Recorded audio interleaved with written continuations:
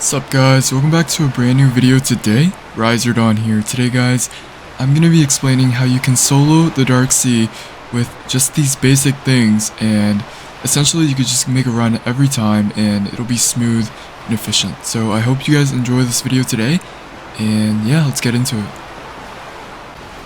Alright guys, so to start off, let's get into the ship that you'll need. So essentially in the Dark Sea, your ship will take damage over time because of the incoming waves and tsunamis that are constantly hitting it. So if you want your ship to basically take less damage, you want high stability. Now here are the stats for my ship. So I've put a warship scroll on my archaic hull, and that's raised its defense immensely, and it has, oh, I accidentally took it off.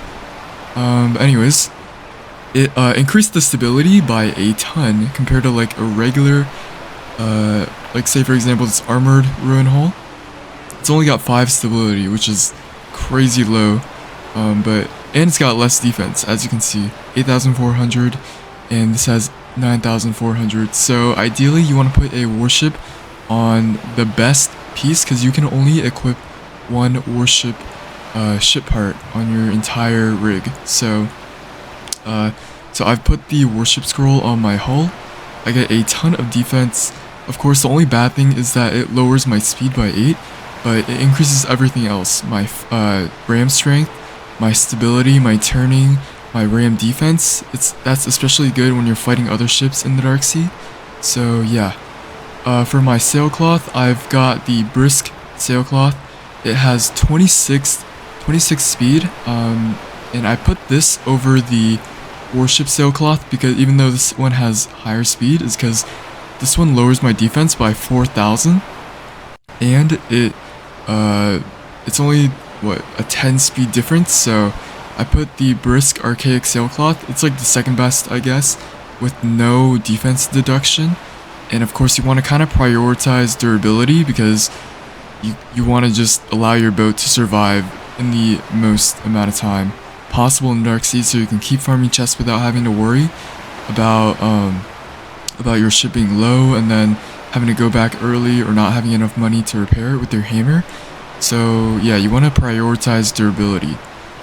Next guys, I have the enhanced Dragonfire carronades. These are really good because they increase the range by a crap ton. Like, you could just be so far away from the brig that you're fighting, or any other ship that you're fighting in the Dark Sea, and you could just shoot it from a long range. It'll do the same amount of damage. Actually no, there's a damage multiplier I think compared to like a regular. Yeah, it has like 2 times amount. Actually I'm not sure about that, but I know that it increased the range by a ton. So yeah, I put the enhanced Dragonfire carronades. Next I have the brisk hammerhead ram. I put brisk on my hammerhead ram because it increases my ramming speed, which in turn increases the damage that whenever I ram an opponent's ship, it increases the damage because there's like a damage multiplier based on how fast I go. So essentially, yeah, these are the ship parts that I have. Ideally, you want to have both of your quartermasters upgraded, but you don't have to. I know for Enazor, you have to like go into the Dark Sea, collect black shards. It's fine if you don't have them upgraded.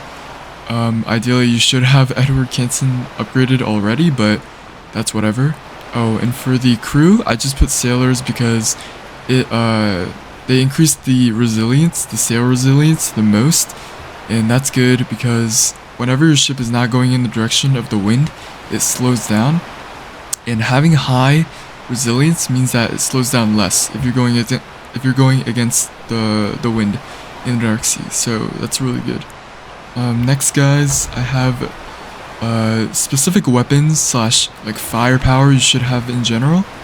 So in the Dark Sea, you're going to be fighting Atlanteans, whether it be on ships or on islands. You're going to be fighting them, and these Atlanteans are extremely strong when you get like up past the certain levels, and they get harder and harder as you go higher and higher in the insanity range. So you want to have efficient weapons and strong weapons to fight these guys. So what I have equipped right now is the Strong Greatsword. This is really good if you're fighting them on ships because it's got high AoE and big burst damage. Essentially, it does it's like a shotgun basically. It does 3 bursts, and I do 140 damage each, which is over 300 plus damage. And it's really good because these two moves, as you can see, that one does big AoE, and this one has low cooldown, and it's like a shotgun basically. High damage, close range, really good. Next, guys, I have the Siren Bow. Now, this bow, or this weapon in general, I guess the bow, is really good for when you're fighting Atlanteans on islands, because you want to fight them at long ranges. You don't want to get close to them, you want to stand far away and just start holding your mouse, and you'll just be shooting this constantly, and essentially you'll be getting like maybe 3 shots before they start reacting to you. Yeah, it's really good. I do like 324 damage. You want to stand like far away, and then you want to shoot at them, and then you want to just keep dodging them until you know, melt their HP down. Next, guys, I have the Commodore Kai Saber. This is really good for mobility. When you're climbing those really tall islands, you can jump and then hold your Q, and that'll basically allow you to teleport up the islands, the really tall ones, and you don't have to climb as much. You could do that with this, and then you could, if you have magic, you could also add that jump into it. But yeah, this is really good for just damage in general with the E, and then you can also dash and do damage with the Q. I love these weapons for when I go into the Dark Sea. They're really handy, and I don't think any other weapons, besides maybe the Scimitars of Storm, you can replace this with the Commodore Kai Saber. They both work the same way basically. And yeah, they're really good. I prefer these ones out of everything else. But yeah, let me know down in the comments below what you guys might use. These are also good because they have great AoE. But yeah, these are the weapons I used. Anyways, other things that you might need is also, like I said before, the Heightened Reflex. Heightened Reflex is basically a skill that you get when you're level 120. And you can pick up the quest at White Summit. You basically talk to the fighting style trainer. He's like somewhere in the north side of the island, and you can pick up the quest from there. He'll tell you to defeat like 5 criminals, I believe. To easily defeat the 5 criminals, you just go to Ravenna, and you go around the island just finding criminals and defeating them. It's really easy. You can also use the bounty board to find criminals if they're not on Ravenna already. But yeah, Heightened Reflex, really good for evasion. And yeah, next, guys, is food. Food is extremely important in the Dark Sea because it allows you to basically not starve. First of all, you can stay in the Dark Sea for longer, obviously because your hunger won't drain. And yeah, it's really good, especially if your food has buffs. Now, I have one easy recipe for a restorative buff, a regenerative, I believe it's called. It'll regen your HP whenever you take damage, and it's really good. I believe it's regenerative 5, but I'm not too sure. The recipe is 3 wheat. No, it's 1 wheat and 3 pumpkins. You can use either regular pumpkins or sky pumpkins. Either works. I think I have some pumpkins here I can show you. I'm not sure if I have wheat actually. Yeah, I don't think I have any wheat, but yeah, the recipe is 1 wheat and 3 pumpkins, and it's really good for just high health in general. I believe it gives over 100 health, or I mean 100 hunger, and it gives you a really great regenerative buff. Next, any basic food is really good. This is like what I have as my basic food. My cooking is perfected. I have a video about maxing out your cooking in just 2 hours. You guys can check that out. It's really simple, and this is the same recipe as I have over there. It's a green apple, a red apple, brown mushroom, and white mushroom. These are really good, and if you've perfected your cooking, you get an 82 hunger buff. Basically, that's like the max for this recipe, and whenever I eat it, bam, look at that, 82, you don't have to worry about it, it just goes over. And yeah, it's really good. Next, guys, is, next tip I guess, is to have good headphones. So having good headphones means that you can basically spot out or hear where the Siren Islands are. In these Siren Islands, you don't want to miss out on them because they basically have 3 Dark Seal chests every time you go to them. I think 1 or 2 times I've gotten 4 Dark Seal chests from them, and they're extremely good for just easily farming these Dark Seal chests. They're better than the regular islands because they're so small that you don't have to explore at all, and all you have to do is kill the 3 sirens or 6 sirens, depending on where you are in your insanity range. Ideally you just stay in the insanity 1 range. That's what I do, guys. I just stay in the insanity 1 range and I farm.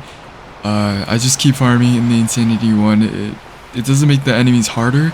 The Siren Islands only have 3 sirens, and yeah, I think it's like the most efficient way. I've gotten like 20 plus Dark Seal chests every time, and yeah, it's really good. Anyways, yeah, good headphones, guys. You can hear where the Siren Islands are. Super useful. Next, guys, the last category is potions. You want to have good potions. I don't personally use the invisibility potion, but you guys should, if you're going into deeper insanity ranges, carry invisibility potions so that you don't have to fight any Atlanteans. You can just walk past them on the islands, pick up the chest, go back and forth. Super easy, super simple, guys. I'm not sure what the recipe is exactly since I don't use it, but I'm sure you guys can easily find it on your, just Google it or find it on YouTube, whatever. I'm sure the recipe is super easy. But yeah, next, the potion that you want the most probably is the luck elixir or the luck potion. I have the basic luck 3 potion. To make this, you want 10 golden fish scales, and I used golden pearls because they allow me to use it in a longer period of time. It's 11 minutes and 15 seconds for me if you use golden pearls, but yeah. To increase your luck potency, you want to have greater fish scales. So for golden fish scales, the highest you can go is, for 10 golden fish scales, the highest you can go is luck 3. If you want higher luck, you need to have legendary golden fish scales, and those allow you to get luck 4 and luck 5. And those are basically, that's like the best you can get. Luck 5, like any Dark Seal chest that you open, you'll get, like the chances that you get an exotic enchantment scroll is super high. And yeah, right now exotic or legendary golden fish scales are really hard to get because first of all, it's really rare to fish one up, and second of all, they're really expensive because everyone who has them, they basically don't want to trade them to you at all unless you offer them something that's like undeniably good, like either a high amount of galleons or like just crazy amount of items for them. But yeah, guys, that's basically it for this video today. I hope you enjoyed it. Let me know down in the comments below what you guys are curious about when going into the Dark Sea solo. And yeah, guys, that's basically it. I'll see you guys in the next video. Peace out.